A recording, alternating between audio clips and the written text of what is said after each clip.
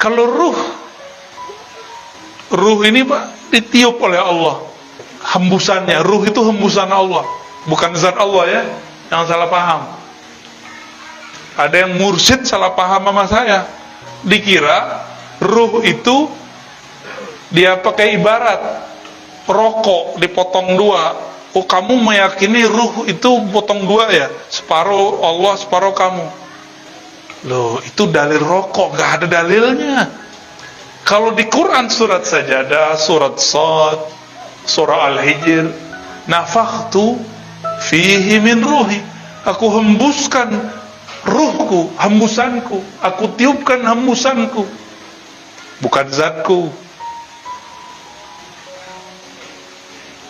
Tapi hembusan itu bersumber dari zatnya, karena sengaja Allah subhanahu wa ta'ala menitipkan itu ke dalam diri ini.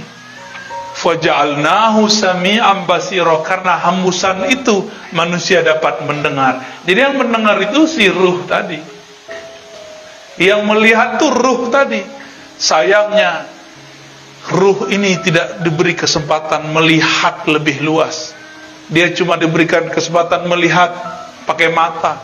Pada ruh itu bisa memandang tanpa mata ini. Bapak Ibu kalau tidur bisa ngelihat sesuatu nggak? Waktu mimpi bisa ngelihat sesuatu mimpi. Matanya kebuka atau ketutup? Kok bisa ngelihat sesuatu? Khayal? Bukan. Itu asli. Bahwa kita punya alam lain di dalam diri kita ini. Kalau lagi dikejar anjing, si guguk dalam mimpi, lari nggak? Itu nyata berarti. Dalam mimpi ditinggal kekasih, nangis nggak? Maluluang. Bener nggak? Saya waktu kecil, saya mimpi mak saya meninggal. Tapi meninggalnya baru 2 tahunan sebelumnya. Kebetulan kita ada keluarga sebenarnya di sini, cuma nggak pernah ketemu ya. Insya Allah ketemu nanti, insya Allah. Itu ibu saya meninggal dalam mimpi, saya nangis. Bangun tidur saya lihat mak saya masih hidup. Lah, kok nyata di alam mimpi itu? Tapi kok pas bangun, Imam Ghazali kasih kaidah. Kalau orang masuk ke alam malakutnya, itu alam malakut namanya.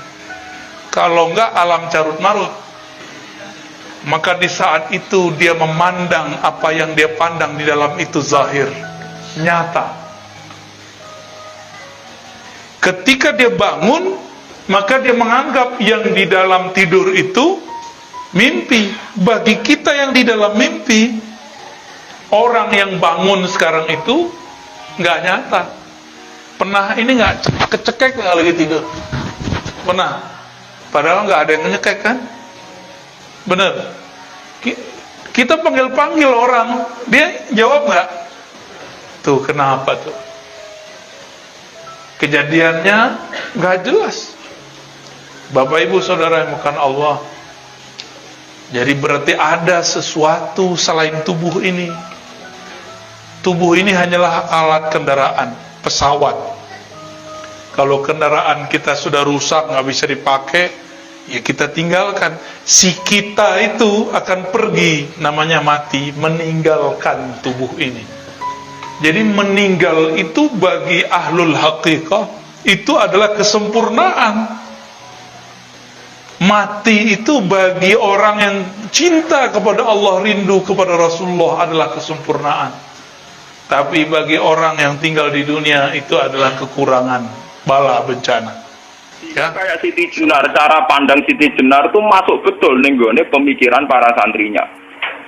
Kados Ki Ageng Pengging siapa masuk betul karena masuk akal. Cara mereka apa? Betapa tidak ada artinya fisik ini. Nah, kalau semua fisik ini tidak ada artinya, kemudian yang ada artinya itu roh, perjalanan apa? Perjalanan roh, sehingga diartikan inna lillah wa inna ilaihi raji'un. Inna sholati wa nusuki wa mahyaya wa mamatiku lillah. Lah kemudian sekarang sama tak tanya misalnya ini latihan ilmu hakikat. Wa mahyaya lan penguripan ingsun. Kalau ingsun itu artinya fisik atau jasad, itu keliru besar karena jasad tidak pernah hidup. Yang hidup itu roh. Paham ya? Sekarang artinya wama mati itu apa? Kematian ingsun. Kalau roh itu tidak pernah mati, berarti kematian roh adalah keterpisahan dengan yang agung atau yang abadi.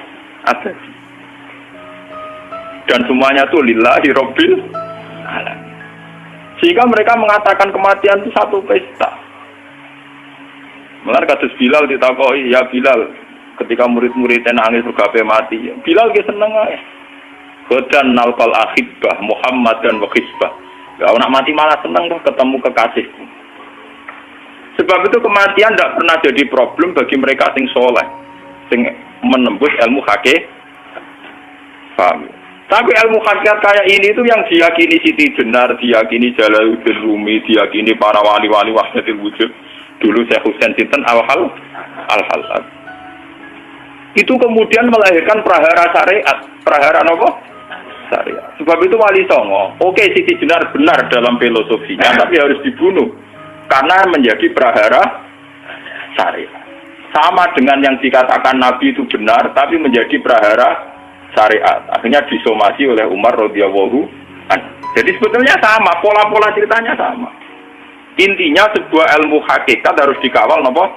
Roh itu ditiupkan oleh Tuhan ke kita. Kemudian roh karena ikut alam fisik, alam jasad, roh ngalami yang kita alami. Nggih. Ketika roh ngalami yang kita alami, dia tersiksa. Nah, ketika roh sudah terpisah dari jasad yang mengekang, yang memenjara ini, dia senang terus kembali ke Tuhan. Itu disebut innalillahi wa inna ilaihi. Lah jasad ini kemudian menurut ilmu hakikat nggak ada gunanya sama sekali total. Hilang di telan tanah. Lah kalau begitu jasad ini nambung gua agul-agulan. Gusti bathuk kula tak nggo sujud tangan kula ndi buktine tangan wis ra ono. Bathuk wis ora. Mulai dari Siti Jenar, hanya wali bodoh kayak kalian yang punya ajaran bodoh begitu. Malah rasupan tuh. Mulane Sunan Kalijogo semangat kon mateni mergo tambah omongane glodro dindi. Tapi yang enggak disadari Siti Jenar yaitu tadi. Inti dari ilmu hakikat itu kan tunduk sama kersane Tuhan. Kalau sudah tunduk pada kersane Tuhan, kalau kersane Tuhan roh kita harus di jasad. Dan wujud jasad kita ini juga karena kehendak Tuhan. Kenapa yang wujudnya jasad yang karena kehendak Tuhan engkau ingkari, sementara wujudnya roh tidak kamu ingkari? Toh wujudnya jasad ya bi iradatillah wa bi masyiatillah, wujudnya roh ya bi wujudit bi masyiatillah wa iroh. Harusnya fungsi jasad juga harus kamu akui toh Siti Jenar. Wong sekarang kita punya jasad ya bukan karena kita, karena kehendak Allah. Kenapa kamu ingkari? Berarti kamu ingkari kehendak meneng Siti Jenar.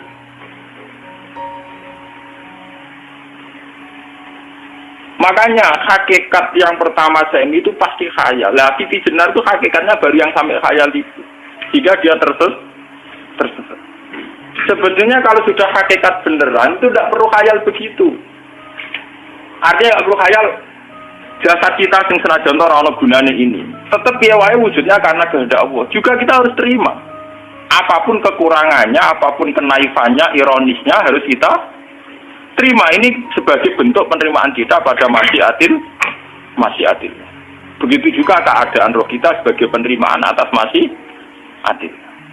Karena jasad kita ini kan ila sabilillah menuju jalan Tuhan.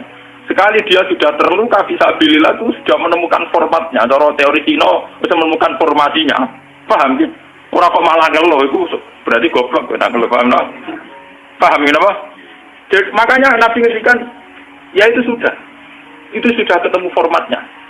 Ketika rohnya para syuhada nanti kembali ke Tuhan, ya ketemu formatnya lagi. Itu disebut wala taqulu lima yuqtalu fi sabilillahi amwat. Dia tidak mati sesuai formasi awal, yaitu roh kembali ke Tuhan dan jasad ikut mengawal.